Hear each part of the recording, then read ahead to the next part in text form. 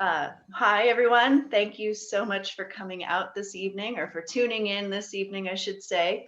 Welcome to our program. And for those of you who were here a couple weeks ago for our previous session, welcome back.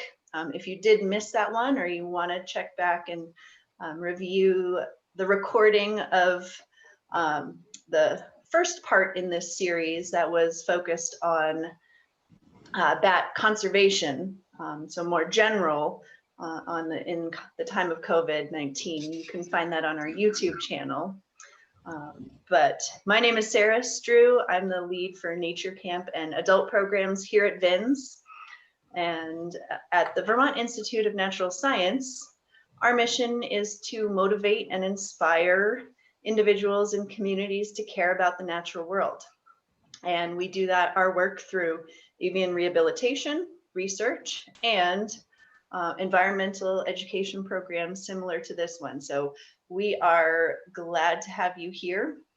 As a nonprofit organization, we are grateful for your participation. We're also really appreciative of those who did make a donation this evening, so we are thankful for your support. We have great turnout for this evening's event.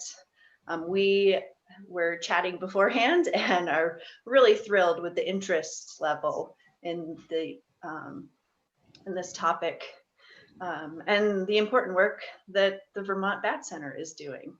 So we certainly hope that tonight's discussion gives you a deeper awareness about some conservation issues facing bats, including this new threat of the SARS-CoV-2 virus. We also hope you get a greater understanding for the both challenging and extremely important work that is going on at the Vermont Bat Center. Before we really get into the program, a few little etiquette reminders. I know we, for the most part, have all gotten very used to Zoom or video chat etiquette, but a reminder, please stay muted during the presentation. We do have Kim Holland, one of our environmental educators at VINS, moderating tonight. And so she's going to be monitoring our chat. And if you have questions that pop up during the presentation, you can put those in the chat and Kim will call out if it is something specific or clarifying at that moment. And then otherwise, we are going to have a question and answer session at the end. So she may call on you at the end to ask your question. You certainly can choose to have your video on or off. If you do have it on, please try and minimize the distractions behind you. We are going to be recording this event so that we can share it out. We'll send you a link, and then we will also be putting it out on social media platforms afterwards. So, and that's, let's see, I think that's everything that I wanted to remind you all about. And at this point in time, it's my pleasure to introduce tonight's speaker, Barry Genzlinger, founder and president of the Vermont Bat Center. We are thrilled to have him. And at this point in time, Barry, I will let you take over control of the screen and begin with your presentation. Excellent. Wow. Look at all those people. My gosh. Now I'm nervous. Even though I can't see you, you can see me. So let me share my screen. And I just want to let everybody know that my presentation goes in whatever direction the questions seem to take us in. I have a lot of things that I will start out covering, but as you ask questions, that may take us in a new direction. So I always like to start, since I don't know how much people know about bats, I always like to start with a little introduction to all of the bats of the world. And for those that do not know, there are approximately 4,400 mammal species on Earth. And out of all of those, 1/5 of them are bats.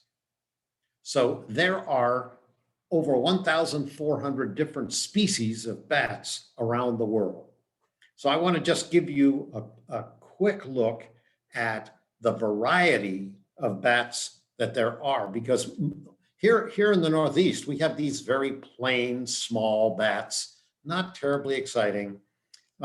And if you ask someone to describe a bat, this is kind of what they'll see. They say, oh, it's a dark colored thing. It looks like a flying mouse. They're ugly, and I don't like them. Well, that's the description of a very small group of bats. This particular one, the little brown bat, Myotis lucificus, used to be the most plentiful bat in North America. And because of a disease called white nose fungus, these bats are now on the endangered species list in a number of places, but we'll circle back to that thought. So here's one vision that people have of bats. But bats take on a wide variety of appearances. Here is one of the group of bats called fruit bats. They're big bats. They like all kinds of fruit.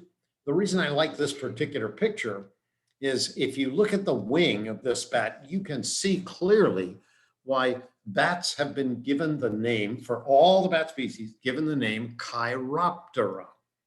Chiroptera means hand wing. We're all very familiar with a chiropractor who uses his chiropters to massage us.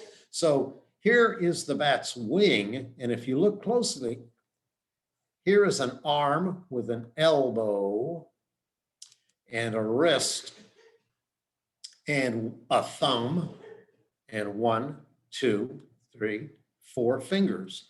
As a mammal, this guy has a hand just like we do. The difference is when a bat stretches its arm out and opens up that hand, the hand has webbing between the fingers and it forms a wing. So, hand wing, Chiroptera. And this happens to be a picture of a mother and a baby bat flying together. And here we have the smallest bat known at this time. There may be smaller species because we are always discovering new species of wildlife on this planet. We're discovering on average 2 to 3 new species of bats every year. So here's one that is a tiny little thing. He weighs the same amount as a paper clip. He is very small, very light. And on the other end of the spectrum, remember we're talking about bats from around the world, other end of the spectrum, we have the fruit bats. And they are often referred to as flying foxes because their faces look kind of like a fox's face. But here we have a fruit bat, weighs over 2 pounds. It's got a 6-foot wingspan. When he opens those arms and stretches out those fingers, his wings span 6 feet, and it's enormous. So we got the little tiny ones and we got the great big ones and hundreds of species in between. This is one of the flying foxes, and you see that shape of the face is kind of a fox-shaped face. But the reason I put this particular picture in, if you think of the difference between 2 major groups of bats, those that eat fruits, the frugivores, and those that eat insects, the insectivores, you can look at this bat's face and tell the difference by the size of its ears and the size of its eyes. A fruit-eating bat needs big eyes so it can look at night, look around, and find a fruit tree with those big eyes and fly up to it and land in the tree and pick fruit up. It does not need enormous ears because it is not using echolocation to find a tree.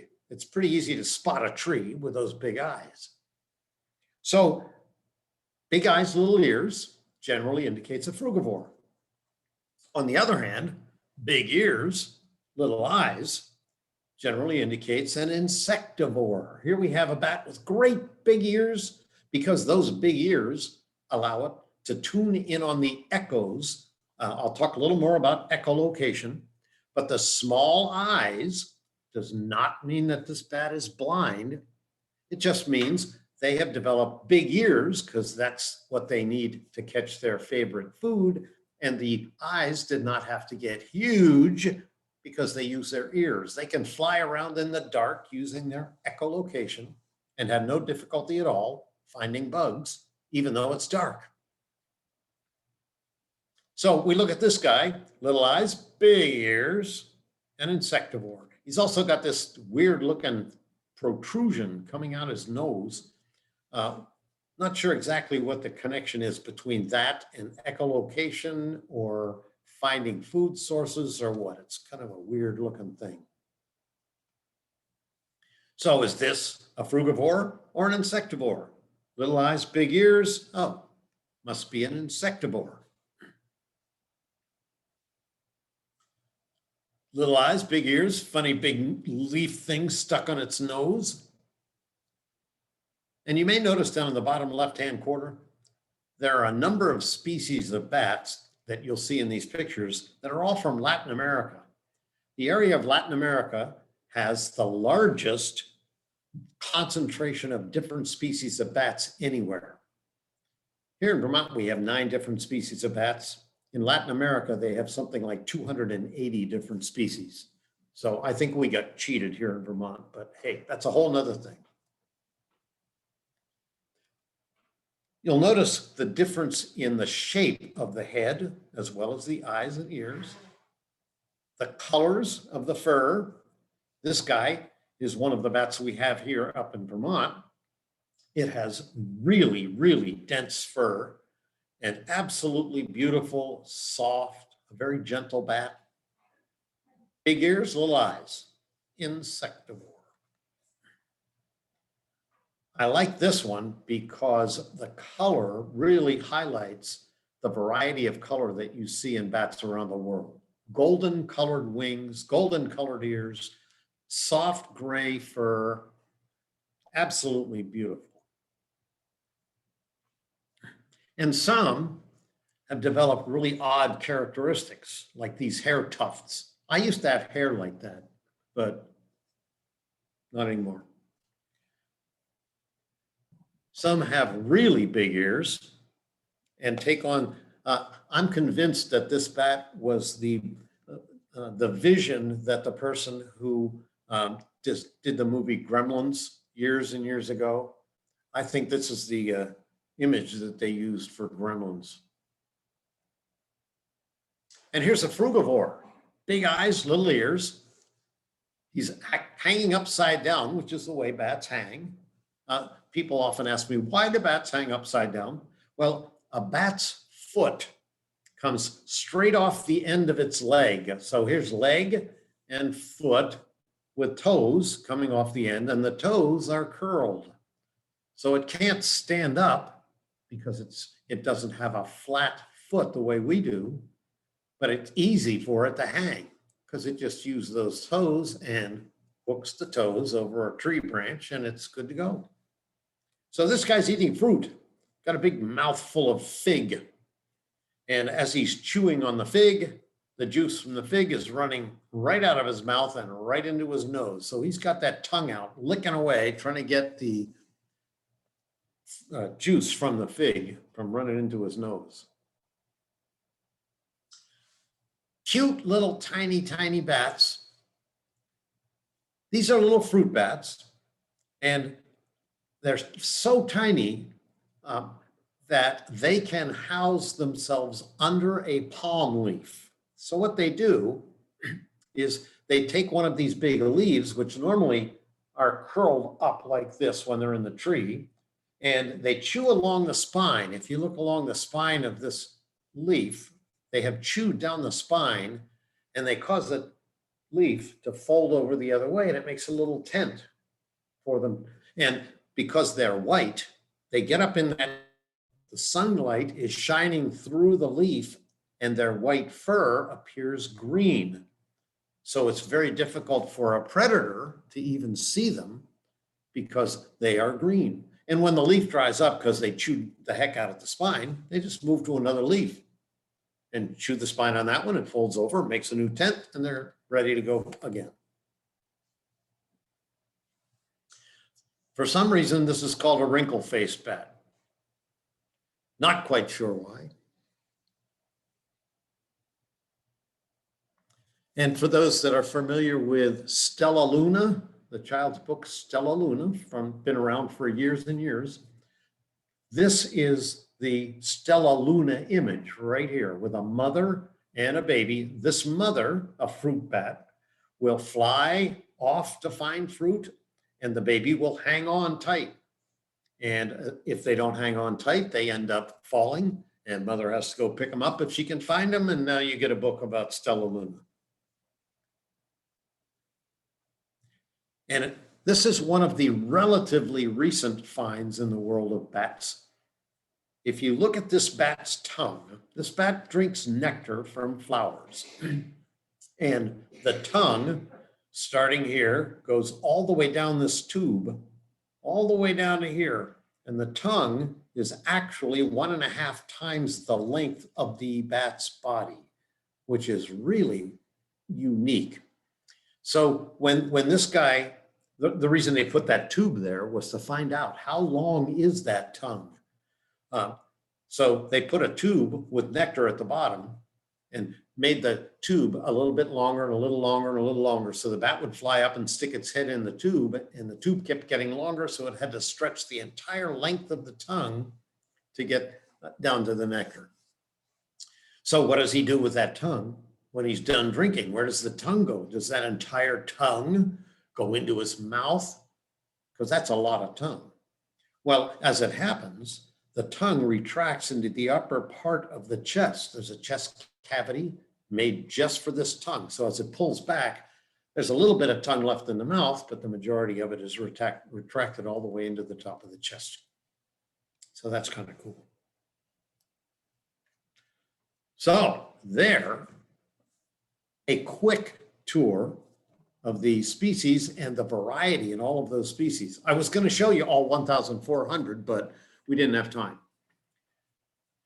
So as I said, here in Vermont, we only have 9 species, and they are very different from all of those species that I showed you, except that very first slide. So out of all of those species from around the world, what do they all eat? So let's talk about what bats eat.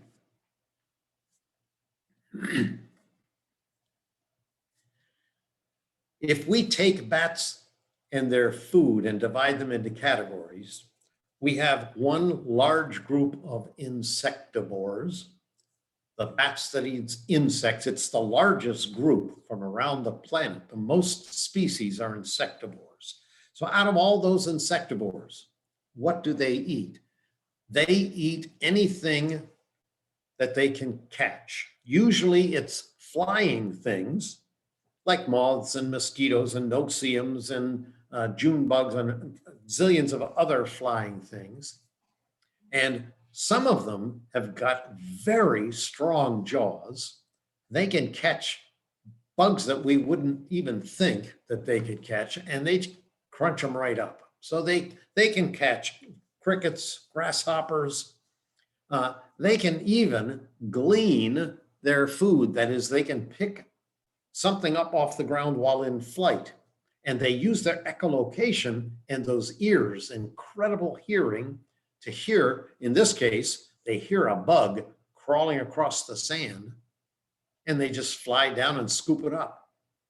There are some species that will actually fly down and land and use their wings as a tent. So they will cover the bug so it can't get away, and then they will grab the bug and take off.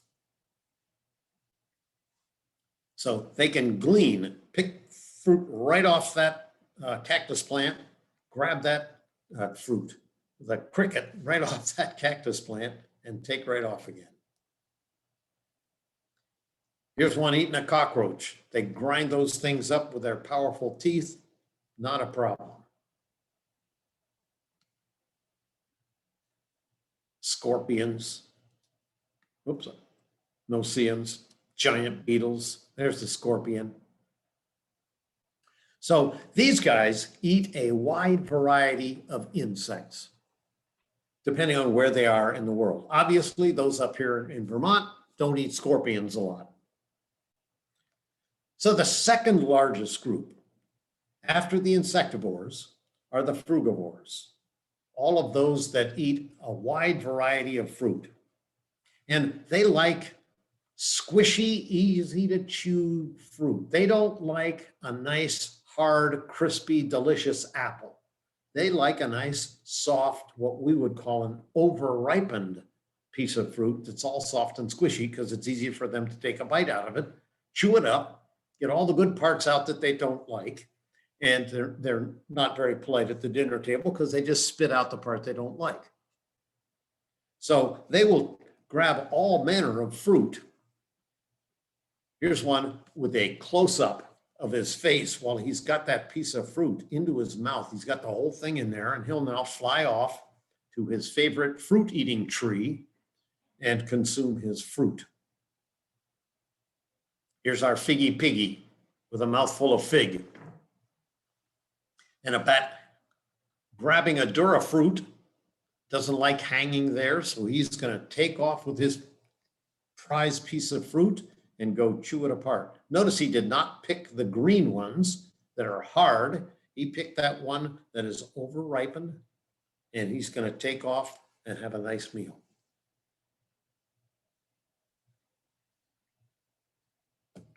So these guys eat a wide variety of fruits from around the world. Now, one curious thing, here's a case of a bat eating a piece of fruit and another one eating a piece of fruit. So we humans, let's think down in the Latin American area where there are those beautiful rainforests, and we humans keep going into those rainforests and saying, wow, look at all these trees that are in the way of my farm. So we just clear cut everything. We cut everything down, get it out of our way, burn it so that we can either take out the valuable hardwoods or start planting our own crops or some other vegetation.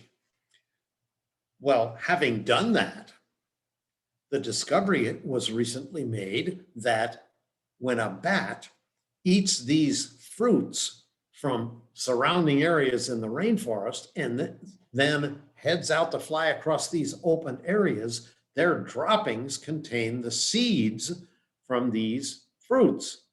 And the seeds go right through their digestive tract, get pooped out onto the ground, and start new growth.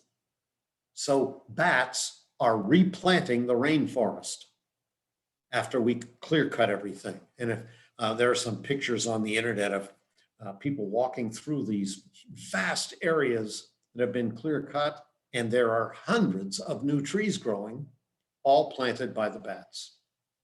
Thank you very much, bats. So, insectivores, frugivores, the two big groups. Then we have those that get nectar from flowers, and they are really unique in some ways. Here we have a cactus plant with a flower that opens at night. And the only thing out there flying around at night to pollinate is a bat. And in this case, this particular bat is going to fly up and stick its entire head into this flower because the nectar that it wants is way down at the bottom of the flower. And as it does that, the entire head gets covered with pollen, which is up here at the top of the flower. So he's going to stick his head in there and come up with a nice meal of nectar and a head full of pollen. So as he goes to the next flower, to the next cactus, and so on, he's carrying the pollen with him and pollinating all those cacti. So here's a little better picture. This guy's flying up.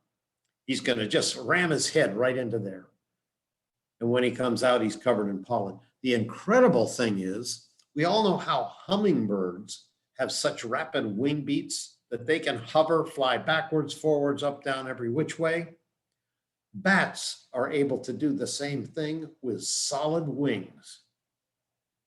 they are able to hover right in front of this flower, stick their head in, back up, and take off with a solid wing, not feathered wings like a hummingbird. So here's another really unique adaptation of Mother Nature. The nectar is inside this pile of pistils where all the pollen is, and bat is up there getting her entire chest covered. So when she takes off and goes to the next one, she's carrying the pollen on her chest because she's trying to get the nectar from inside the flower. Here's one where the bat is sticking its head inside the banana plant, getting its underside covered with the pollen, and off it goes. This is what it looks like after a good night of feeding. Completely covered in pollen. Now they get to settle down and lick all that pollen off and get kind of a little dessert out of their nightly efforts. Another example of a plant that, in order to get at the nectar, the bat has to hang upside down on this group of flowers and stick its head up. And in doing that, it's getting all covered with the pollen there. And here's another one. This one here is the pollen on this little tiny thing that's rubbing on the bat's head. So as it sticks its head into the flower, it gets its head covered with the pollen and then carries the pollen on its head to the next flower.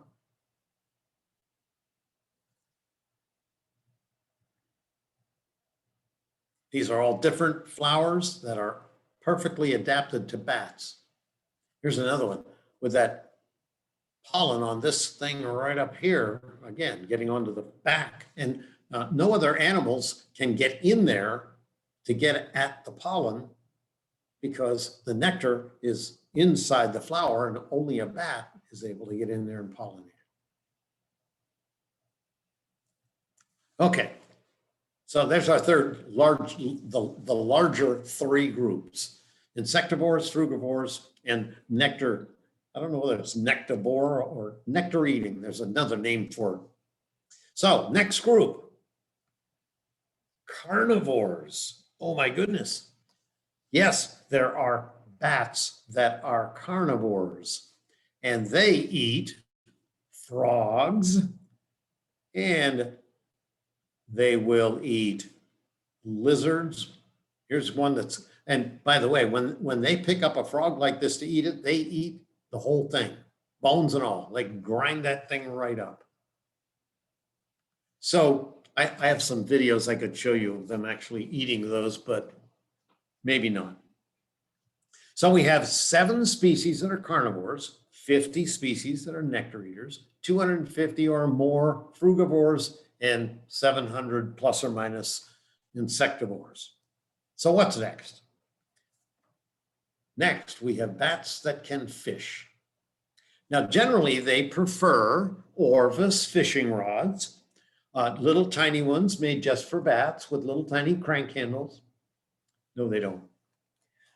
They will use their natural fish hooks that nature has built into their feet. Here is a bat. And if you look closely at this foot, I'll show you another picture in a minute. This foot has got razor sharp toenails that are just like fish hooks. So this guy comes down over the water, drags his feet in the water, and hooks a fish with his feet as he's flying by. And he does that going full speed. Now, how the heck did he know where that fish was? He knew that because when a fish breaks the surface of the water, it makes little ripples in the water, and they're a circle. And they go out from the central point where the fish is. And the bat knows from its echolocation that, ooh, I sense some ripples in the water. If I can find the center of that, I'm just dragging my feet in there and hooking a fish. And once they've hooked the fish, they go to their favorite fish eating tree and they gobble the fish down. So this guy's chewing up the entire fish. And up here, if you look in the top left, here are his toenails, incredible hooks on them. So all he's got to do is glide over the water and hook those feet right into the fish. So 5 species of fish eaters. What's left? There's one more group. And if you ask anybody about what do bats eat, and they pay attention to any of the things they see in the movies, everybody knows that all the bats are vampires and they drink your blood. So our last group is actually bats that feed on blood. Now, bats that feed on blood are not big, huge bats.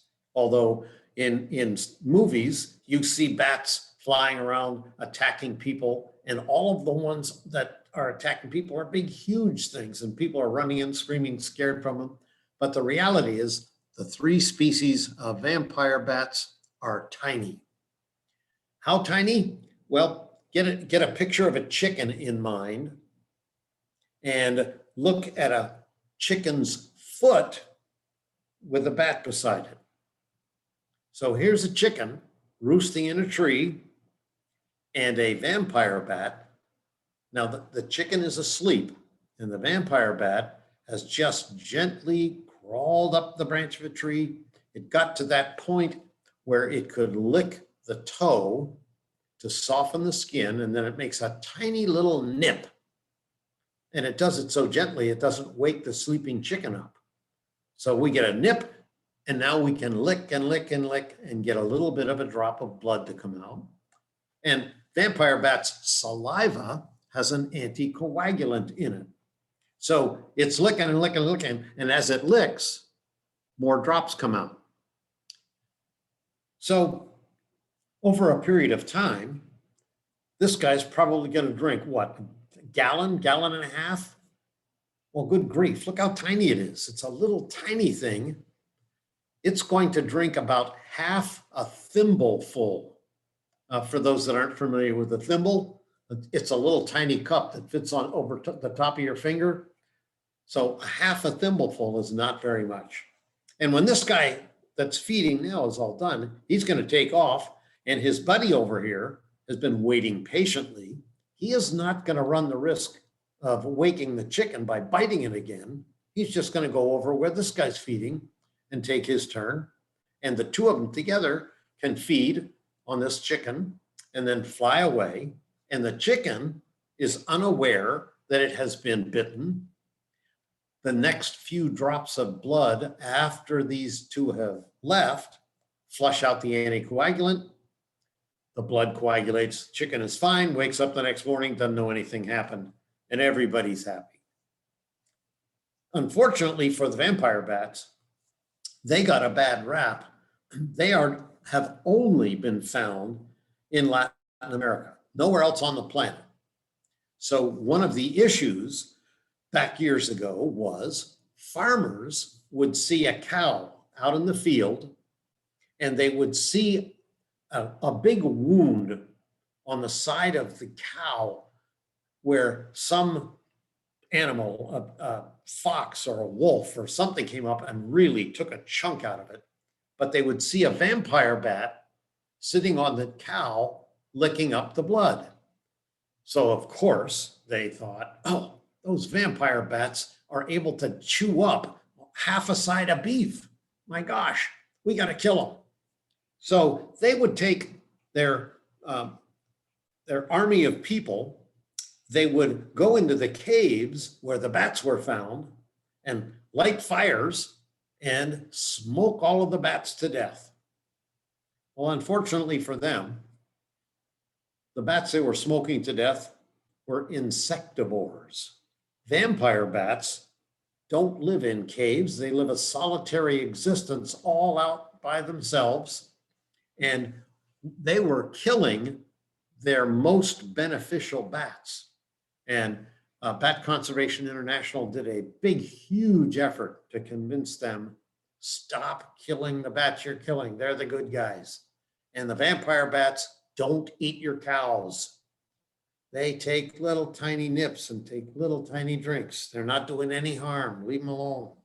So that finally has turned around and they now realize, oh my gosh, we've been killing the wrong bats. Shouldn't be killing any bats. So one of my favorite pictures out of this series is that of a bat taking a drink. If you can imagine being outside at night in the dark, sitting by a pond and waiting for a bat to come by so you can snap a picture of it, this is what you might get. Now, how lucky would you have to be as a photographer to get that picture?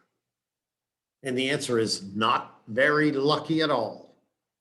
This particular picture was taken by surrounding the pond with cameras and electric beams, light beams going across the pond. So when a bat flew by, all the cameras took a picture. And just law of averages, if you had enough bats taking enough cameras taking enough pictures of enough bats, one of them eventually would be flying towards your camera. So great picture, but not quite as great as one might initially think of how the heck did they get that? And the answer is, thank goodness it wasn't a film camera. It's all digital, and they could take 5,000 pictures to get one good one. So bat takes a drink, it flies by, sticks its tongue in the water, big splash, and off it goes and gets its drink.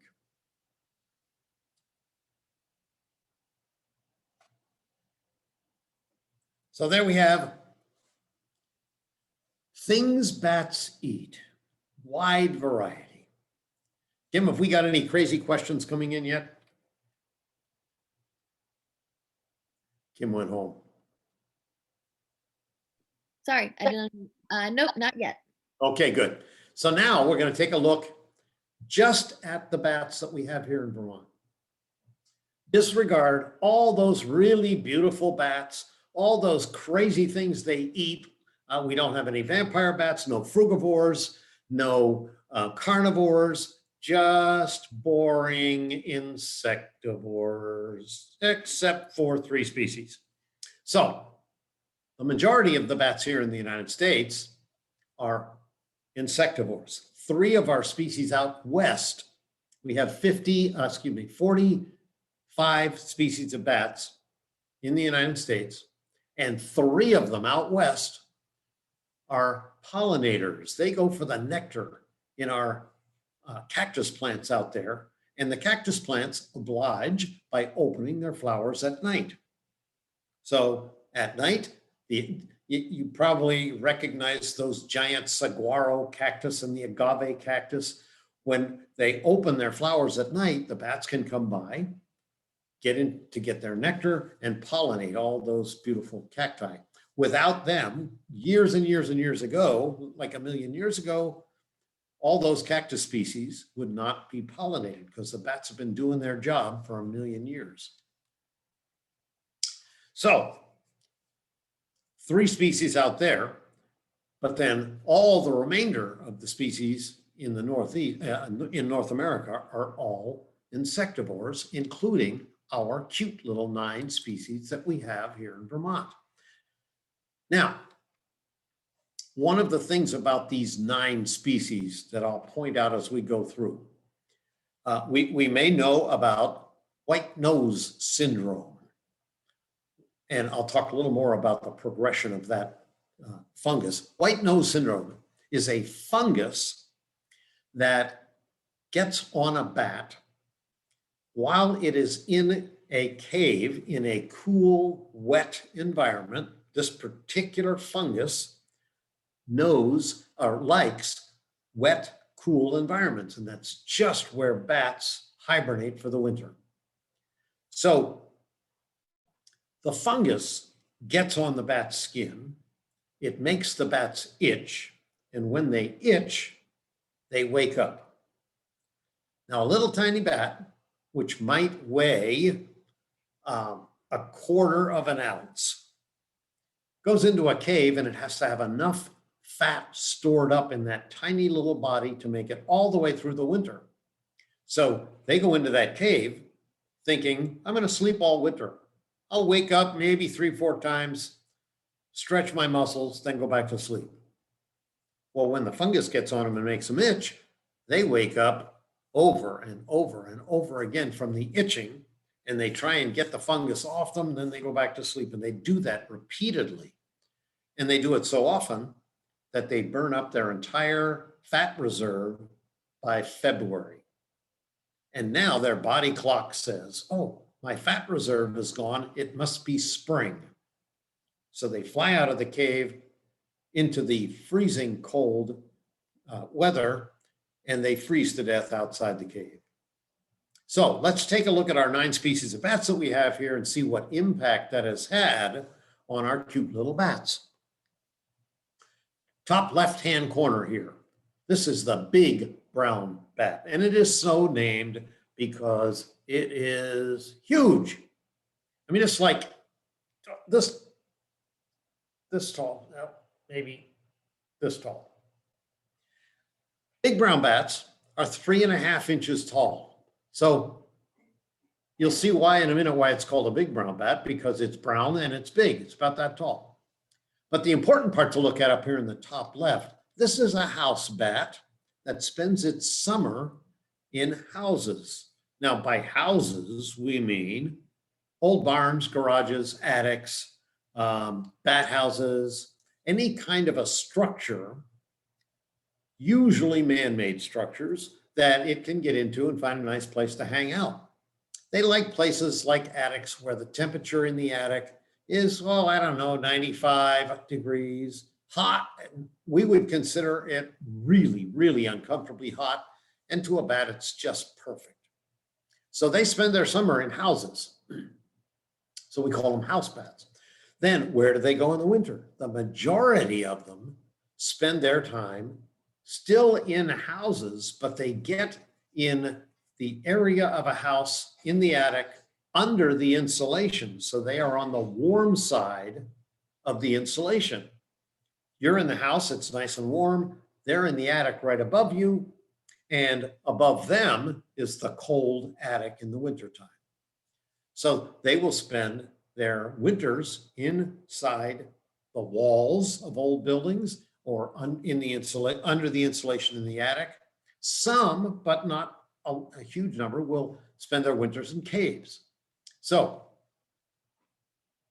the interesting part about that is because they are not spending their winter in caves, they have not been impacted by that fungus that loves to be on bats that are hibernating in caves. So here's our big brown, 3.5 inch tall. And here is our little brown, only 2 inches tall. It is a house bat. It spends its summers in houses, just like the big brown bat. And it's called little brown bat because by comparison, it is little compared to the big brown bat. So you got your little brown and your big brown, but they look very similar. They're brown with some darker colored markings. But look where this guy spends its winter. This species spends its winter in caves in enormous numbers. Dorset Cave at the top of Mount Aeolus in Dorset. There's a big cave there. Used to have over 250,000 little brown bats living in it. Then along came white-nosed fungus and got into that cave, got onto the bats, woke them up, came out in the winter, froze to death. Now we're down to numbers under 20,000 from 250,000. So the impact of this fungus has taken what used to be the most plentiful bat in North America down to a Vermont state endangered bat, as well as being an endangered or threatened species in a number of other states. So we went from huge numbers across across North America down to endangered species status. And we did it beginning in 2006. This didn't something that took 25 years. From 2006 to 2010, the numbers plummeted and it suddenly started showing up on the endangered species list. So a house bat in the summer, cave bat in the winter. Then we have some forest bats. Forest bats are bats that spend their summertime in the forest. They would not be found in our attics. They would not be found living in a barn. They wouldn't be found in a bat house. They like being in the deep forest and living in old woodpecker holes or under shags of peeling bark on a big old tree. But look where they spend their winter. They are cave dwelling bats in the winter. So these cave bats are hit by white nose. And here's another one that's on Vermont's threatened species list, and in a lot of other places on the same issue is true. Okay. So here we have the northern long-eared bat. This one has been so heavily impacted, it has made the federal endangered species list. It is endangered wherever its range is. So it's a forest bat. Again, not one we would find in a bat house. It's one of those that lives in the old woodpecker holes out in the forest. And it spends its winter in caves, hence getting the fungus on it.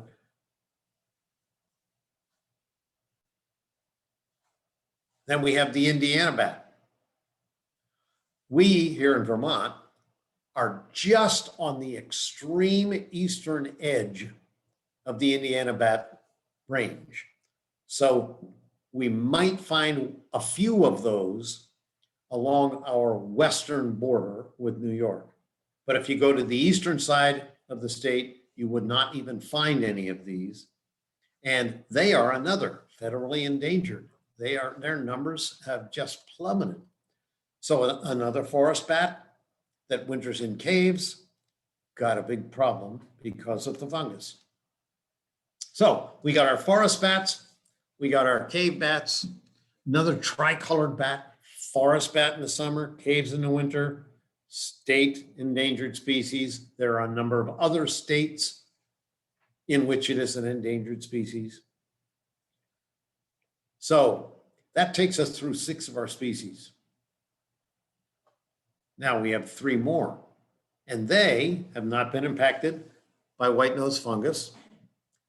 They are migratory bats. They spend their summer here in Vermont in the forest. Again, these would not be found in a bat house or somebody's attic. They spend their summers in the forest. They like eating bugs that fly high above the canopy. So they would be probably one that you would not see very often because they fly high in the canopy and they're way out of our vision range in the summertime or in the nighttime. So they're forest bats, but in the wintertime, they head south. They follow the bugs, and some of these bats go all the way down to Florida. They fly enormous distances. So we have silver-haired bats that are doing that. We have red bats, another species that we have here in the summer. They are forest bats, but in the winter they migrate south. And our final number 9, the biggest, baddest, meanest bat that we have here in Vermont. It's enormous. It weighs in at a whopping 1 ounce and is 4.5 inches tall. You'll probably never see one in your whole life. Another forest bat forages high in the canopy and it migrates south in the winter. So there are our 9 bat species here in Vermont. How cool is that? Now, all those species that we have here in Vermont eating bugs, they eat about half of their body weight every night. That's about 1,000 mosquito-sized bugs every hour. So if you do some rough calculations, you put up a bat house in your backyard, you get 5 big brown bats come live in your bat house. They go out and forage for bugs around your area. 5 bats eating 1,000 bugs an hour. Let's see, that's 5 times. That's 5,000 bugs an hour. And they do that all night long. So we'll do rough calculations. 7 hours.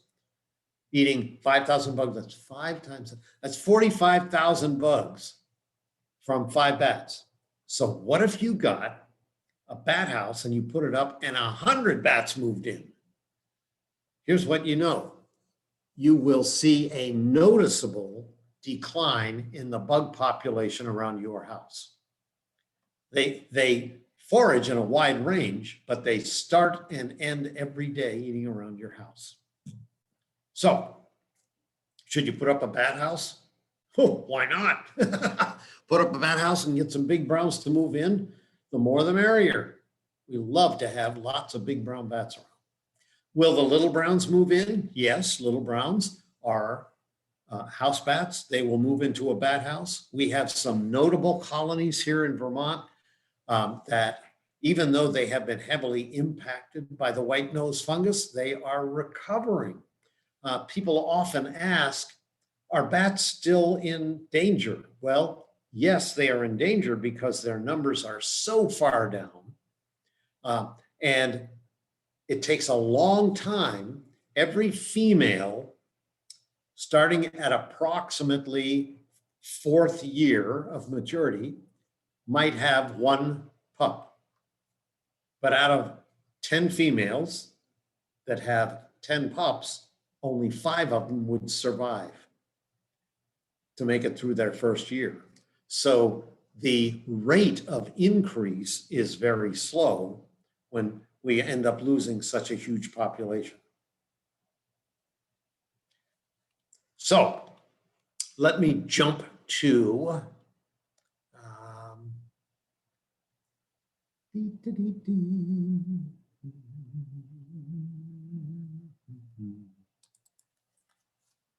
Oops, hold on just 1 second while I get this under control. Here's what happens with the white nose fungus. This is a fabulous map. So here we are at 2006, 2007, discovered in 2 caves outside of Albany, New York, ground zero. So we have this one area in Albany, New York, where some cavers went into a cave in 2006 and they saw bats that have fuzzy white stuff on their nose. And that name stuck. White nose syndrome. They had no idea what it was, but they reported it to New York Fish and Wildlife Department, who the next year began an investigation to see what the heck is going on. And what they discovered was there were a lot of dead bats at the entrance to that cave. So in 2006 and 7, that's the start of the epidemic.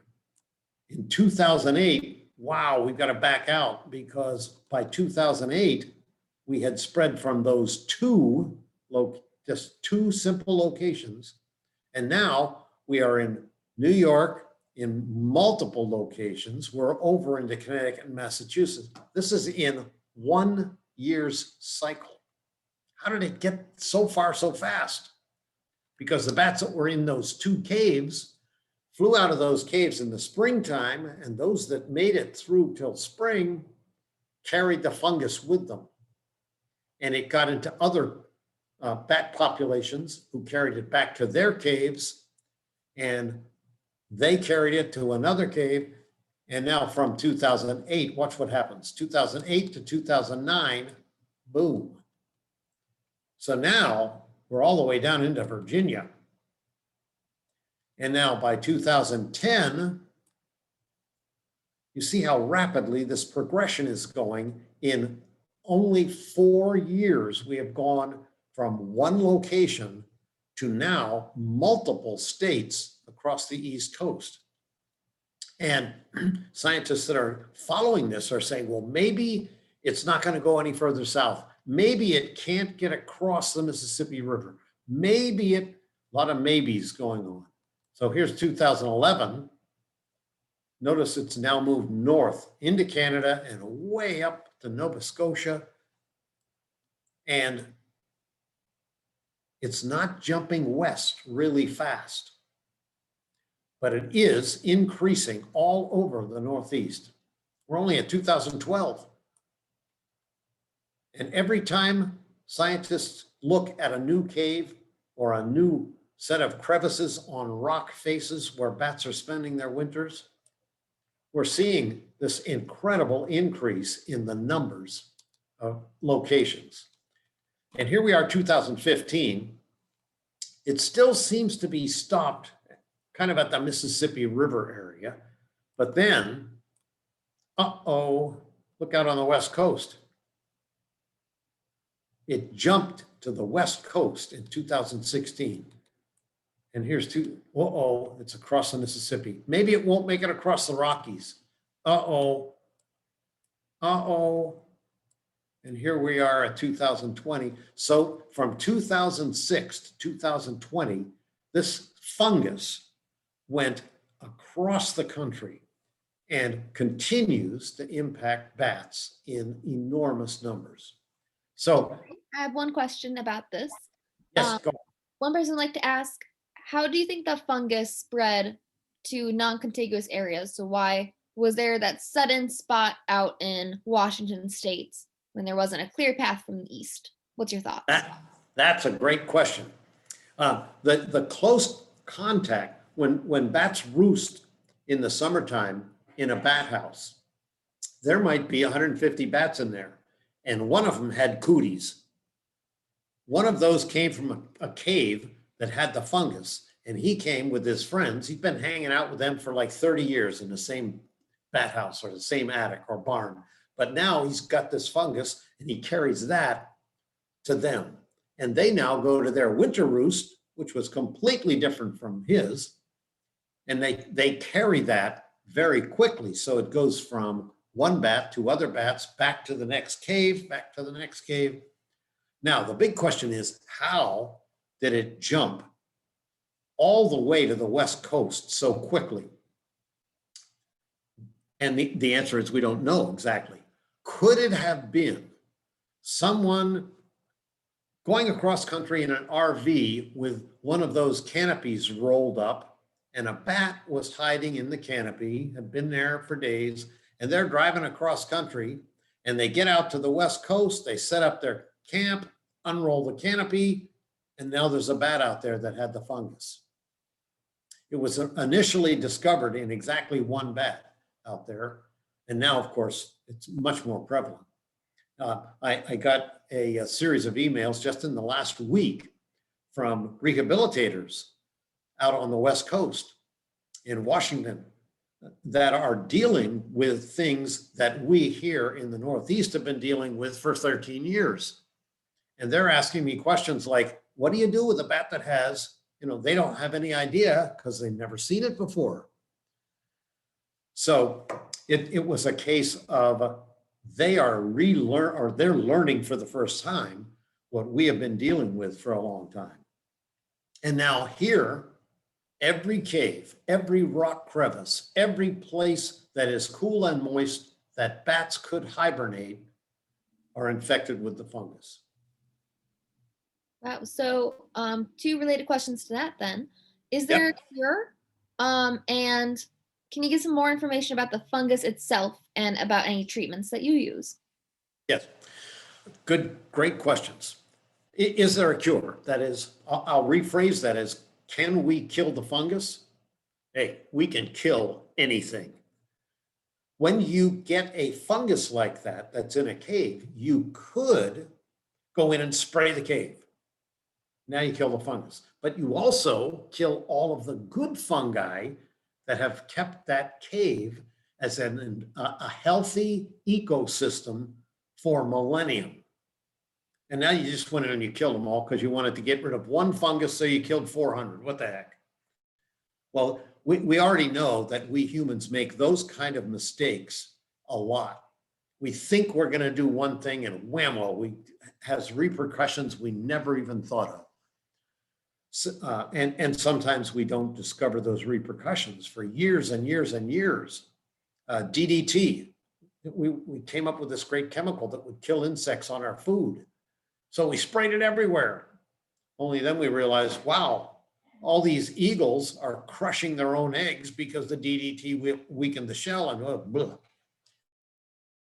We have at least learned enough. We don't want to do that again. So a lot of time and effort has gone into trying to come up with a way of getting something on a specific bat that would help that bat without having to catch hundreds of thousands of bats and give them a little spritz of fungicide. So that would not impact the cave itself, but might help the bats.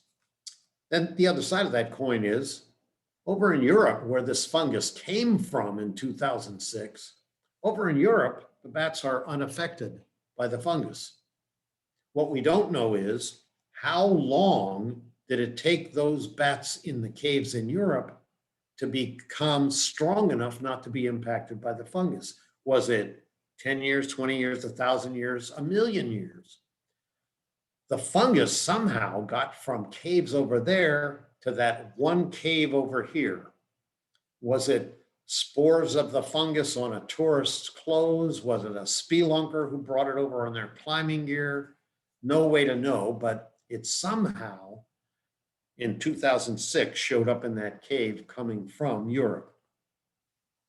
So we don't have a definitive way other than to say Mother Nature is amazing.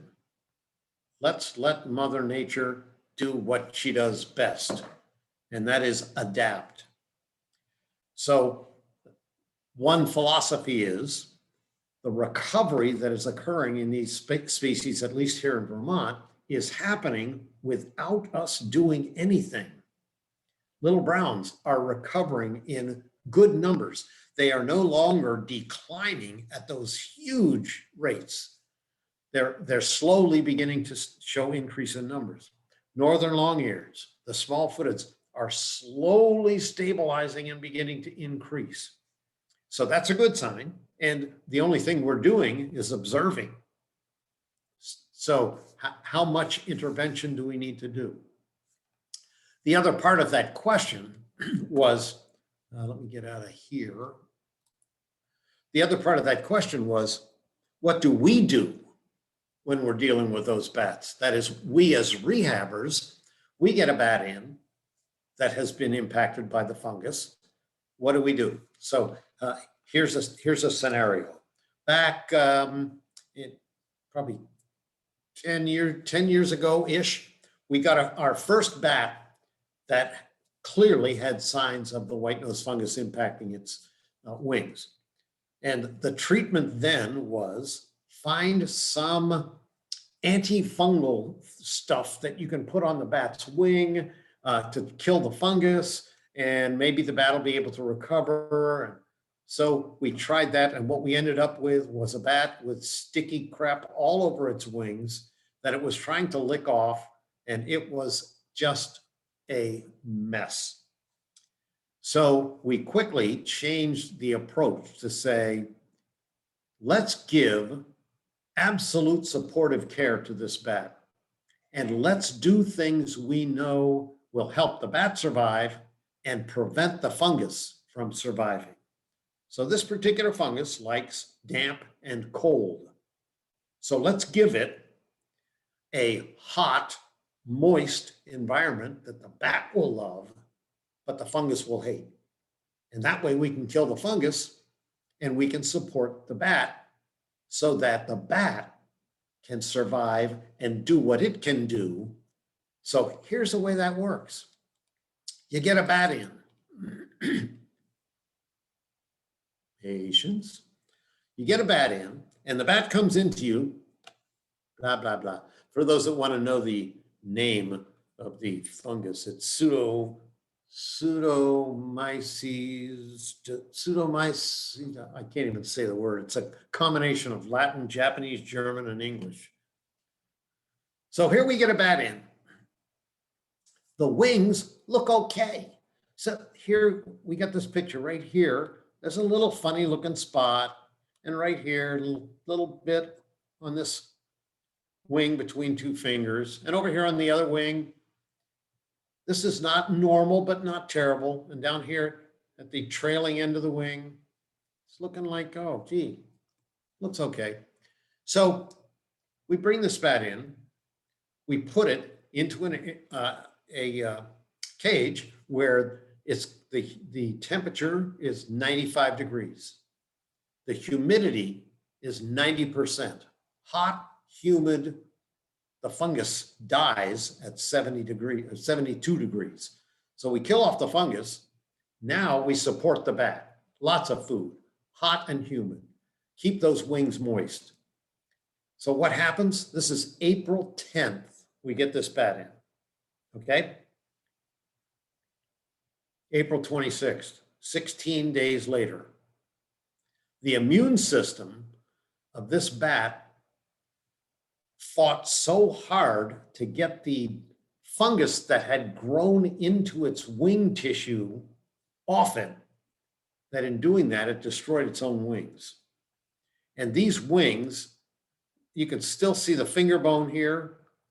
And this finger bone has virtually no growth anywhere on it.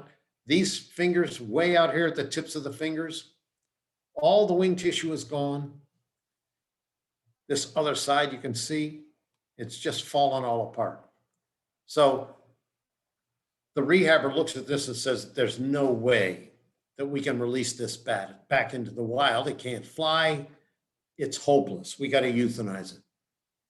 Well, our philosophy was, if we give it all the supportive care, hot, humid, lots of food, keep it quiet, we might be onto something. So this is April 26th. This is May 9th. Same bat, same wings. Holes are all closed up. Wing tissue is now back out to the tips of the fingers. All of the wing is growing back. And we're starting to look like a normal wing again. There's a little bit of a hole here, still going strong. And here we are, May 30th. This bat is now able to fly again and doing its thing. And in September, after a summer of care, this bat was released back into the wild, fully recovered, without any medications, without any fungicides, supportive care, hot, humid, quiet environment, let it do what it's naturally going to do. The problem, of course, is when you get a bat that comes out of the cave in February, that one freezes to death. You get a bat that is covered in the fungus that comes out in May, and while it is trying to forage, those wings fall apart. Now it can't survive because it's going to fall to the ground, it can't fly, and a predator is going to come along and eat it. So I think I answered both of those questions. Yeah, that was great. And I have a couple more on the same segment. Okay, good. So does this fungal infection affect any of the internal organs? And on additional notes, if a predator eats an infected bat, does the fungus affect that predator in any way? No and no. All right. No effect. The internal organs are not impacted. This is, remember, as soon as the bat comes out of hibernation and gets into temperatures above 72 degrees, the fungus itself is dead. Now it's a matter of getting I think they're called dendrites that have grown into the wing tissue off the bat, and it fights so hard to get that off. It's my first slide that I skipped over because it's usually the boring stuff. It's called IRIS, Immune Reconstitution Inflammatory Syndrome. It's an immediate response of the bat's incredibly strong immune system that just attacks. And it attacks so hard that it destroys its own wings. Wonderful. And on a different note, are there any connections between man-made changes in the environment that may be contributing to the uptick of white nose syndrome cases? One person just maybe pesticides as an example. Well, once we realized that this fungus was just going crazy. And we realized if we don't disturb the bats in their hibernation area anymore, then the fungus is already disturbing them. They will have the best chance of survival. So it used to be in the United States, there were many, many groups of spelunkers that loved to go into caves in the winter. Well, now they are off limits. The National Spelunkers Association, whatever their formal name is, said none of our members may go into any caves that are known to have bats in them for any reason until spring. So we're not adding another layer of wake up the bat to this already problematic scenario. So we have minimized the impact that we humans are going to have on the hibernating bat species as best we can. Was there another part of that I forgot already? Nope, that was it. And Okay, that's good. all the current questions I've had. Okay, good. Good. Those are great questions. I love good Yeah, they're questions. really interesting. So let me do a quick thing on echolocation because that's fun. Bats that catch bugs use echolocation. They can fly at 20 miles an hour in total darkness and catch a moth or catch a mosquito or catch whatever they're after without using their eyes at all, which of course is why humans say blind as a bat. Well, bats are not blind. Never seen a single bat wearing glasses. So bats are not blind. They do just fine with their eyesight, but it's no good to them at night in the dark. They need to catch the food they love, so they do it with echolocation. So they make a sound that comes out, goes around, out around them, bounces back off of everything, and they learn the difference between the echo coming back from a moth, a mosquito, a tree, a car. They don't try and eat cars very often. So they learn those echoes, and they learn how to follow an echo by changing the frequency of their echolocating call. So they might start flying towards a bug. They realize there's a moth out there. They got that first echo. So they're going beep, beep, beep, beep, beep, and they hear an echo come back from a moth. So they turn and fly towards the moth, and their beep, beep, beep, beep starts to go beep, beep, beep, beep, beep, beep, beep, beep, beep, beep, beep, beep, beep, beep. So they can zero in on exactly where that bug is. And their last few pulses sound like a buzz. They sound like bzzz. So we call that a feeding buzz. It's that very rapid set of pulses just before they get to the bug, and then they use their net. Bats are carrying a big bug net with them all the time. We call it a wing. They call it a bug net. So they're flying along and they just reach out with that bug net, scoop the thing in, grab it, and keep flying. So here's what happens when we hear, now see if I get this right this time. I think we did this. Somebody tell me if you don't hear this, but I think we set this up. Are we hearing this? So to us,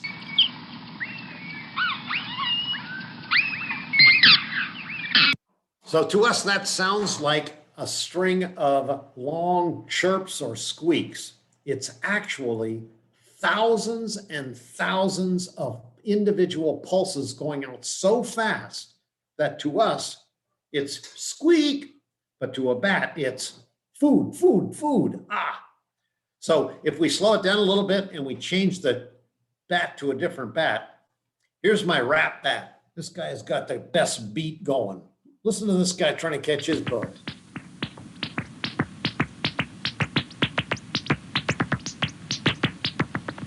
Did you hear the buzz? Listen for that feeding buzz.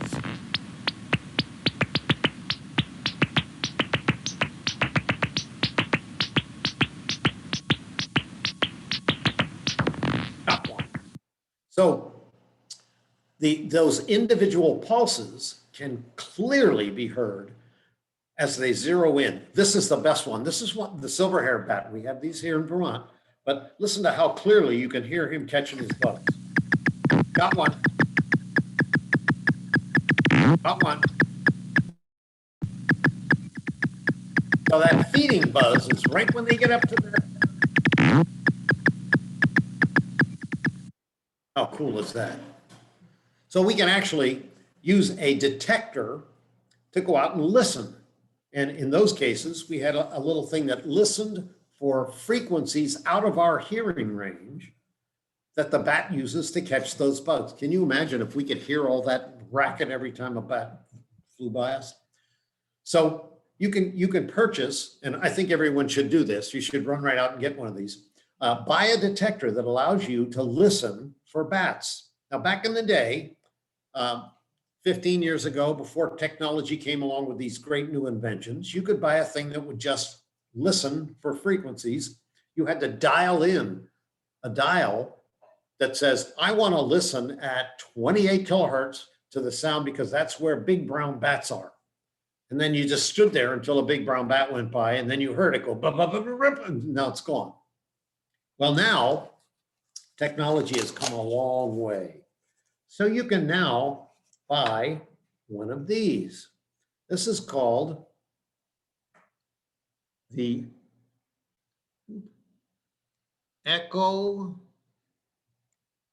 Hold it just right. This is the Echo Touch Bat Detector.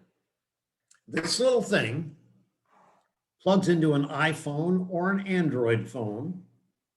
And when you turn the software on, not only does it listen for a bat, any bat, but when the bat flies by, it tells you what it was. And it shows you a graph on your screen of the pattern of their echolocation. So you can plug one of these, everybody can buy one of these, Amazon.com, $350. Go right out and get one. That way we can all meet out in the field. Everybody can listen to bats. So our echolocation is a key for all of the insectivores, those that are after insects. All right. So we'll talk for a minute about, we mentioned earlier that a whole bunch of house bats. So let's talk about bat houses.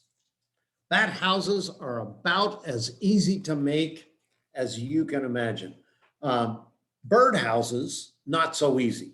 You got to make them square. You got to drill the right size hole for the right species of bird to get in. Got to have a slanted roof. I mean, they're much more difficult. Bat houses can be very elaborate. Here we have a picture of a multi-chamber bat house. If you look at this from the bottom of this is open. So we lay it down on its back and we look up from the bottom. There are 4 chambers here, enough room for about 250 or 300 bats. Well, wait a minute. You mean if I put one of these up in my backyard, I could have 150, 200 bats living in it at 1,000 bugs an hour times 250 bats times 7 hours. That would be fabulous. So putting a bat house up that allows bats to form a colony is a good thing. Now, they don't have to be real fancy, but if you're lucky enough to get bats to move in, here are 75 bats living in this great, huge bat house. Got room for well over 1,000, but they haven't formed a big colony yet. But if you look, there are multiple layers. This is looking straight up at the bottom of this bat house during the day, because that's when the bats are in there sleeping. It doesn't do any good to go look in your bat house at night because there's nobody in there. They're all out eating. So here, these guys are in a row, multiple layers. That center group has 2 different layers, all huddled together, even though it's black, painted black out in the direct sunlight here in Vermont. The bats still want to be warmer. So they're all huddled together, except for that one guy over there in the corner. He smells bad. Nobody would let him get in the group. So bat houses can be strange looking things.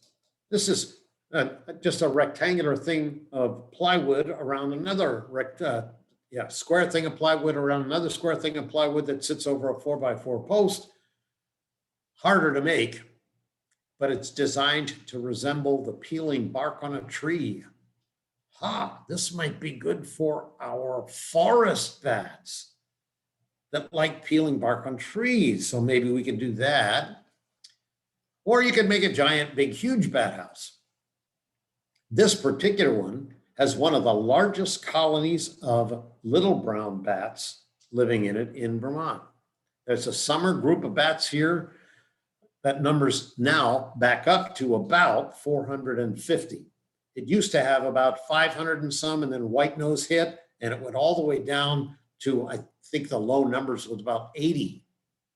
And now it's slowly over the years going back up, and we're back up to the 450 range.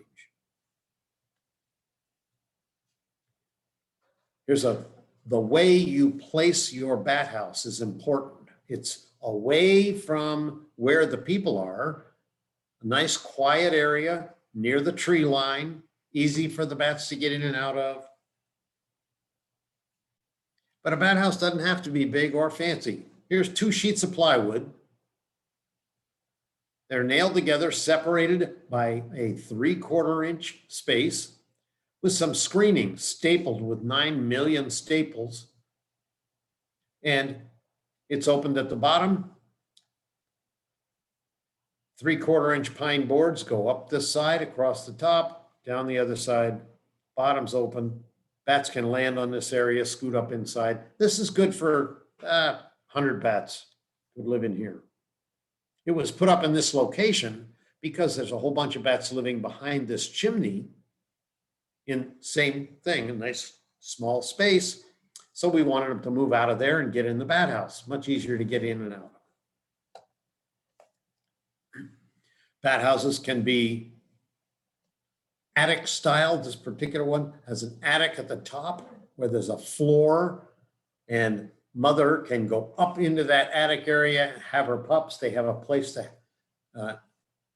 sit on that floor, and then when they're ready, they can come out and fly. This same as the other one's got 3/4 inch spaces on the inside, just like that. Nothing fancy. If you go crazy, you put up too many. So you got 6, 8, 10, maybe 15. This is part of a research project that was done years ago to determine what color bat house, what size, what style, what location, facing north, south, east, west, where a whole bunch of people all reported their findings back to Bat Conservation International on what style was most often used by bats across the country. And that's where we ended up with that design for the 3/4 inch space, painted black or a very dark color, light colored bat houses like that gray, tan one in the center. Don't get anybody in them. Doesn't get warm enough. The black ones on the right-hand end had inhabitants there all the time because they're toasty warm, just the way the bats like it. And you can put them up in remote areas just to encourage bat population. Doesn't have to be in your yard. You can also put them up in what you think would be a perfect location and never have any bats in it. Here we got a beautiful location. Right out there on the lawn. Bats never use this bat house. How come? Because there's always a cold breeze coming off the water, and it never got warm enough. They would go in there and say, wow, this is not good. I'm leaving. Then you can build some pretty crazy big ones. This one has 7,000 little brown bats living in it.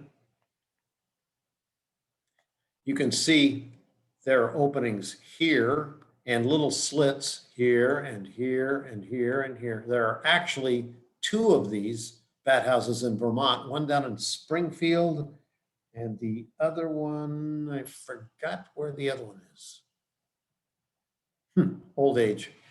I don't remember where the other one is, but there are 2 of them. It's called a Pennsylvania Bat Condo because it was designed and invented in Pennsylvania by the Pennsylvania Fish and Game Department. Then you can go a little crazy. Here we have a bat house down in Gainesville, Florida. So this bat house is huge, and it is home. Oh, there's a long story that goes with this bat house, but it became home to over 70,000 bats. There were so many bats living in there that they kept knocking the babies out when more babies were born, and they would fall down and mother would try and get them. But if you look really closely, there's a rope coming right down each of these poles all the way to the ground. And the baby bats could actually, if they had the energy, climb back up into the bat house. That was the idea. And they had to put fencing around it. Bat guano is the best fertilizer on the planet. So 70,000 bats made a lot of bat guano. And the neighbors down at University of Florida in Gainesville would see all this guano and they'd go steal it all and use it in their gardens. But the people at the University of Florida wanted it for their research and for their gardens. So they put a fence around it and they have a big sign here that says, "Stop stealing our poop."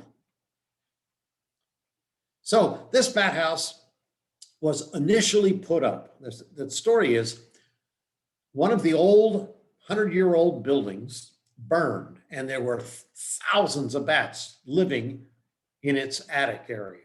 And when it burned, the bats all took off, and they had to find some place to roost.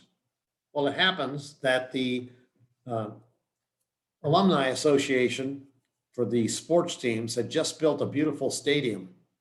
And when it built this beautiful stadium, the spacing behind all the seats was just right for bats to roost in.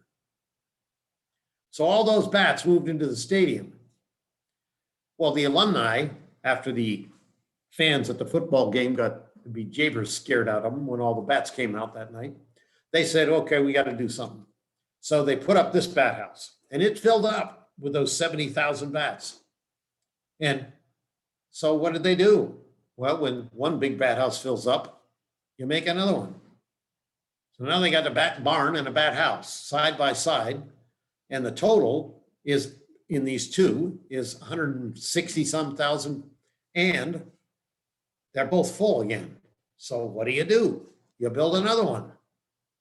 So now they have these three enormous bat houses with something around the 250,000 bat number in these three structures.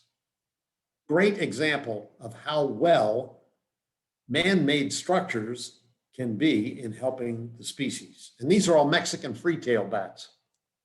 They're not little brown or big brown that we have up here, because these are down in Florida. And in Pennsylvania, a church that is now vacant for 100 years or something has been taken over or given to the Fish and Wildlife Department in Pennsylvania, and it's a bat house sanctuary. Let's say it's a sanctuary. And this black thing in the middle is actually a hole that goes inside into this big, huge attic space where there are 20,000 bats. And as you can see from these pictures, these bats are huge. Not really. These are all little brown bats. Remember, a little brown bat is 2 inches tall. How come they look so big? It's all the camera angle. This particular bat on the left that looks the size of a bald eagle just flew over my shoulder when I snapped this picture. So he was really close to me and he looks huge, and the shadow on the wall, my God. But if you look at the ones that are actually on the wall, they're little tiny specks that are close to the building because they're little tiny things. And these guys are all coming back. So they came back in this enormous swarm, flying around, socializing outside the building, chasing each other, and then zoom, zoom, zoom, they go inside. And after about an hour of this, sun starts coming up and they're all gone. So you put a ladder up and go inside, and you find every crack and crevice in there has got bats in it. The Fish and Wildlife Department has hung full-size sheets of plywood, dozens of them, side by side, 3/4 of an inch apart, and they are just filled with bats. And here's one of Mother Nature's bat houses, an old craggly tree with peeling bark and woodpecker holes. This is one that our forest bats would use. This one's down in Middlebury. And it's the home to 70 members of a maternity colony of Indiana bats, one of those rare species that we rarely find in Vermont. So this is probably one of our more famous trees because of its inhabitants. Barry, just a quick time check. We are just past 7 o'clock. Okay, so does that mean I have to either talk faster or, wait a minute, I have to go back. I missed our slide at the end. Don't look, you're going to get dizzy. Okay, so here's a bat. So down at Kingsland Bay State Park, we built, there are a number of small bat houses on the buildings at Kingsland Bay that have little brown bats in them. Been there for years and years, but the bat houses are falling apart. So Joe Gardner and I were asked to build a bat house to put up down there. And Joe said, well, if we're going to put a bat house up in a state park, it's got to kind of look Vermont-y. So we made it a log cabin. So there's room in there for thousands of bats. As of last check, a year ago, nobody had moved in yet. Posh accommodations. You pay a lot for a log cabin. Haven't moved in yet. So then they wanted another one. And Green Mountain Power was fabulous on both of these projects, donating men and equipment to lift these massive structures up onto utility poles that they put in the ground for us. And they are naturally non-toxic poles or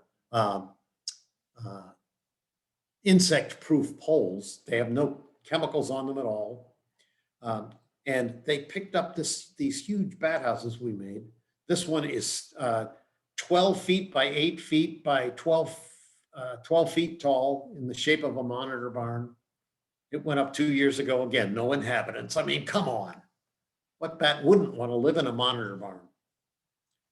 So that's about bat houses.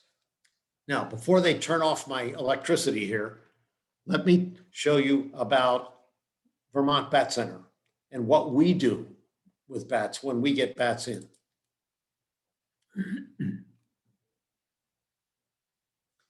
So, let me start with a different segment here. Here we go. Here's our rehab center. When we first started years and years and years ago, Fish and Wildlife came to us and said, hey, we have a bat that came into us in the winter. Can you take care of it? Well, that was before we had anything to take care of it with. So we took a cardboard box and made it into a little winter bat house to bring this bat in and take care of it. But then we had to find a hibernation cave for it because it was hibernation time. So you take a wine cooler, you take out all the wine and the insides and you put a framework inside and you put your little bat. Here he is in the corner. You put your little bat in there and you keep the temperature at 45 degrees with a 60% humidity and put him to sleep. And he's happy as can be for the winter. Well, that was back in the beginning.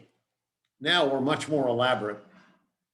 So we have this beautiful facility with lots of caging and the ability to house lots of bats that like different kinds of habitats. Some like to be in little pockets, some like to hang behind cloth, some like heat, some don't like heat. Depends on the species. And we can do, when we get those cave bats that need the very special treatment, they have a bigger enclosure with the ability to pump lots of humidity and lots of heat in to keep them, and they're separate from the other guys. So we can enclose everything in plastic. We have an indoor flight cage. I should say we did have an indoor flight cage. Talk about that in a minute. That allows bats that have been rehabbed from an injury to practice flying before we let them go. We have an outdoor flight cage. So when our little babies are learning to fly before they're released, they can go out into this outdoor flight cage and learn to fly, learn to catch bugs before we let them go. We have a hibernation cave. It's totally insulated, heat controlled, humidity controlled. We can put bats to sleep as if they were in a cave. And we have a video monitoring system so we can see what's going on without having to go disturb the bats. And over the years, from 2015 up till last year, we've taken in 54 bats, 94, 80, 7,700, and 58. Currently, we have 85 bats in our hibernation area, and that created a problem. They all came in during this winter.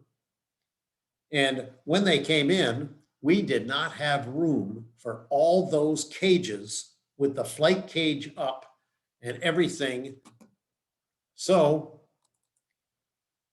we had to take our indoor flight cage apart and stack it against the wall and bring in tables. So we had room, because at one point we had 20 cages filled with 85 bats piled on these tables in layers so that we could take care of them and make sure that everybody was healthy and got all their stuff. And while we were doing that, one of the issues, oh, here's a picture of the hibernation cave with all of those cages in it, ceiling to floor, filled with 85 bats packed in there. It was crazy. So before we can release a bat, and right after we intake a bat, we had to give those bats a COVID test. So here's the intake process.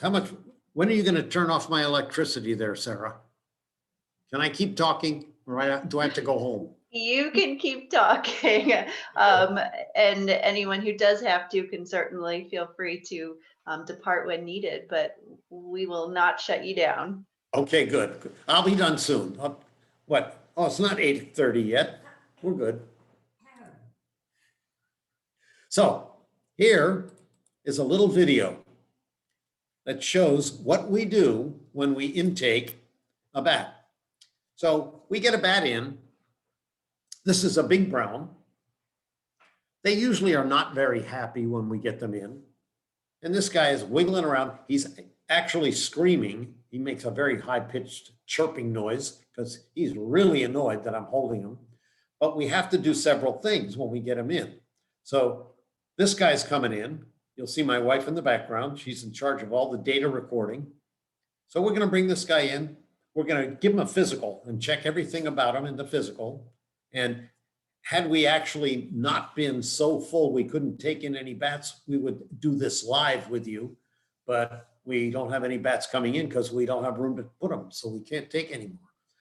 So we'll give this guy a complete physical, make sure he's healthy, check his wings and his tail membrane. In a minute, we'll get to his wings and tail membrane and we'll weigh him. So here we have a little scale that weighs in tiny little increments. We can weigh how many grams does this bat weigh? Now, of course, if you put a bat on a scale and say, stay, it doesn't stay. So we put him head first into a little medicine vial that is just the right size. And he generally will stay in there long enough for us to get a reading. And then he comes out and he's really mad. So once we've got the weight and recorded the weight, we'll check wings, tail, find out is it a male or a female. There's his tail membrane, looks good. Here we have a female. and we check the wings. We gently open the wing up to see, are there any holes in it that we need to be concerned about? Are there any issues with any of the tissue on the wings? And when they're squirmy and they're really angry with us, it's hard to get a hold of them. So this guy's wing looks fabulous. So once we've done all of that, we have all of the weight, everything is looking good, he's healthy. Now we're ready to move on to step 2. So step 2, whoops.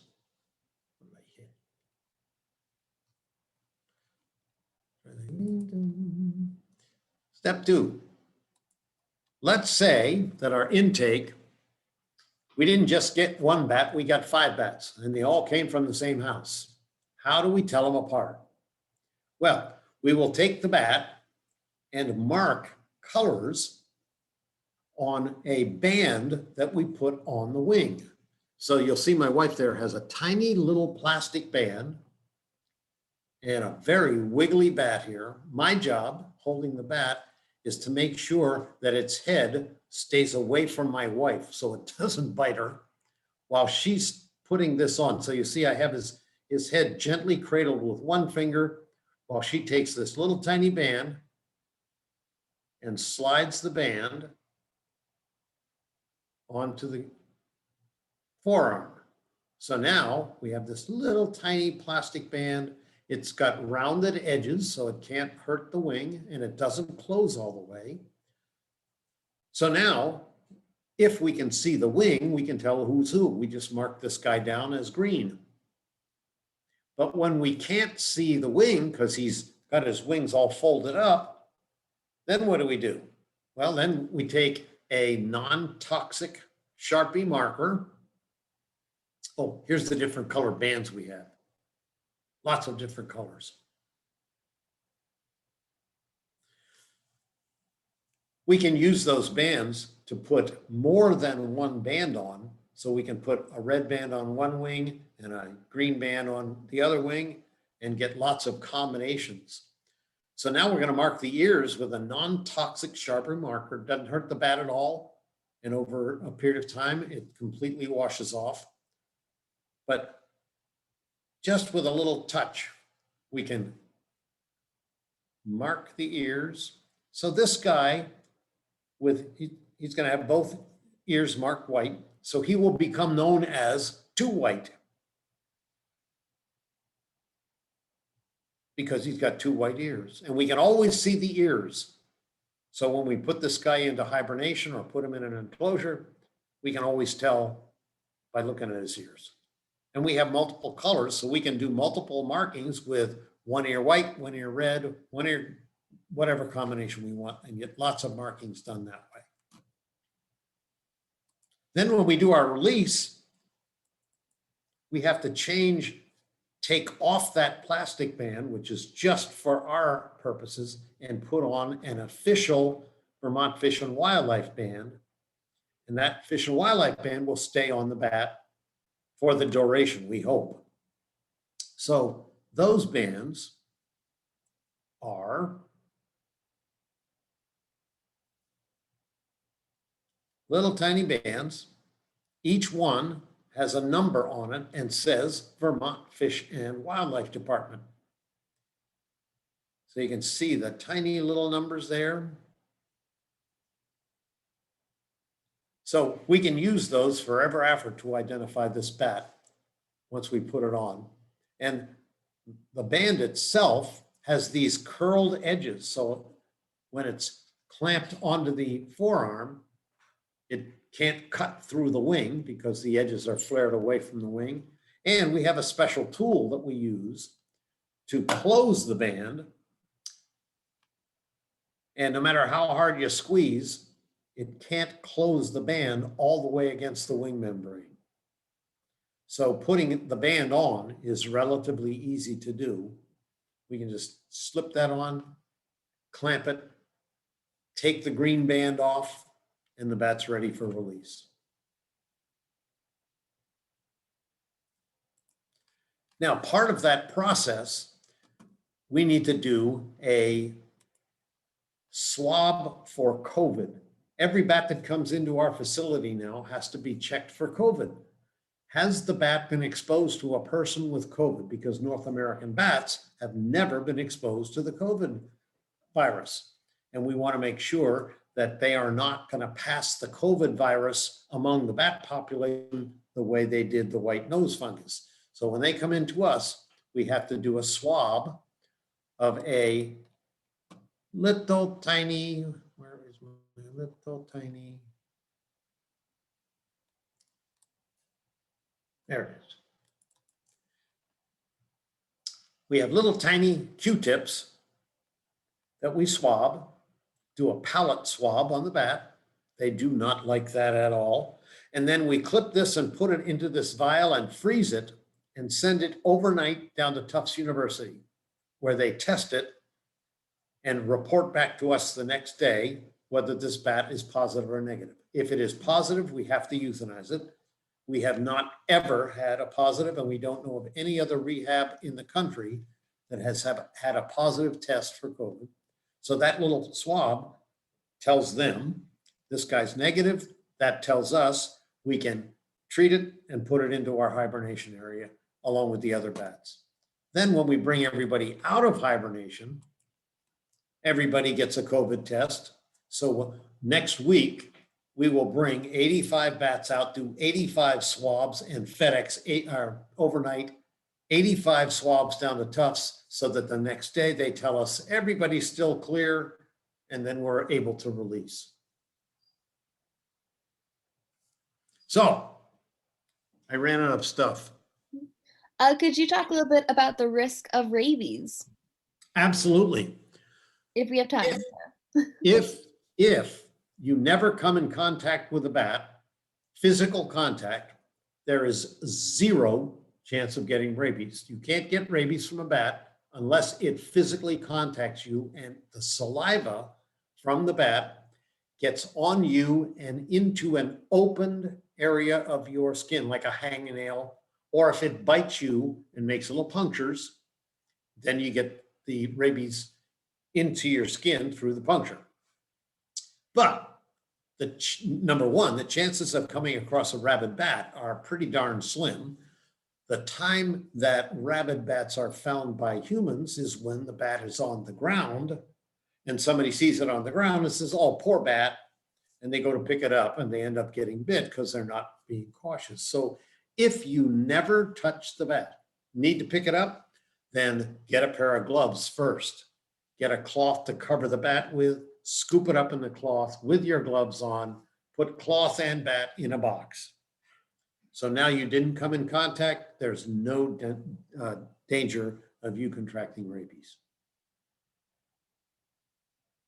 Did that answer the right question? Yes, and is there any way we can test for rabies in a living bat? The only way to test for rabies in a bat is to euthanize the bat and do a sample of the brain tissue to see if it fluoresces under some particular dye. So any bat that is suspect of being rabid has to be euthanized and tested at the state lab. Do you know if there's any research going on right now about developing a new way to test for rabies? I have often wondered that if we can test for so many other things, why can't we test for rabies? The problem with rabies, bats can deal with almost any virus. They can deal with Ebola. They can deal with COVID if it gets into the bat populations. They can deal with all of these terrible viruses that don't affect them at all, but they can pass to humans. So the problem with that is, if we humans keep coming in contact with the bats, then we keep getting exposed to things that the bats can carry without it affecting them. So here we have rabies. I would think someone could come up with a method for testing with rabies. The problem is it's the only virus that attacks the central nervous system. So bats are not effectively able to fight off that thing for extended periods of time. They may carry the rabies virus for a long time, But then over time, it overtakes their immune system's ability to fight it off, and they end up with really strange things going on as their central nervous system is attacked. So we don't have any other tests. As far as I know, there is not a lot of effort going into that because there are so few cases of humans contracting rabies from any animal. I mean, in this area, it's more prevalent in cows than it is in bats. It's more prevalent. I forget where bats are in the list, but they're 6th or 7th. The big carriers are possums, raccoons, skunks. Skunks are the worst.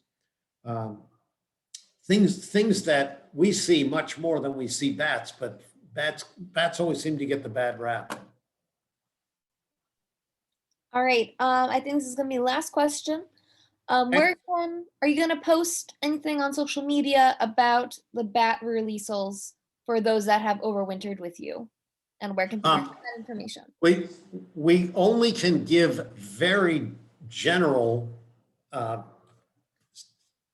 information. We don't know the exact day or the exact time. For example, we have a big number of bats to be released in Brattleboro. We can't release down there if it is extremely windy. We can't release down there if the temperature takes a nosedive and it's extremely cold. I mean, there are a lot of things that change when we can release. So we may say, oh, we're going to do a release in Burlington on the waterfront on Tuesday. And then on Tuesday, it's crummy weather with high winds. Well, you take something that weighs less than an ounce and you release it in high wind, and what happens? It gets blown all over the place. So we can't release in high winds.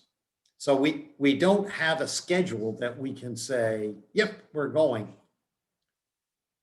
We can only get close, especially when it's a 3-hour drive down to Brattleboro and a 3-hour drive back. And we can't release at noon. We have to release at dark. Yep, well, I think that is the last question that's come through. A lot of people are saying thank you so much for your time and all this wonderful information. It's been very insightful. Excellent. Yes, and again, Barry, on behalf of VINS, we are so appreciative of you taking the time tonight to speak with us and for working with us to further our educational efforts here at VINS. So also, thank you so much for the really important work you do for all those bats, and good luck with those releases. Everyone, thanks for joining us again tonight, and we will be sending the link so that you can share this if you want to, or for those who weren't able to stick around, they can catch up on what they missed. But on that note, have a great evening, and we will stick around for a little bit longer in case there's anyone who wants to linger and ask any final questions. Good. Bye. Thank you. Bye. Good to see you again, Barry. Thank you, Bob. Yep.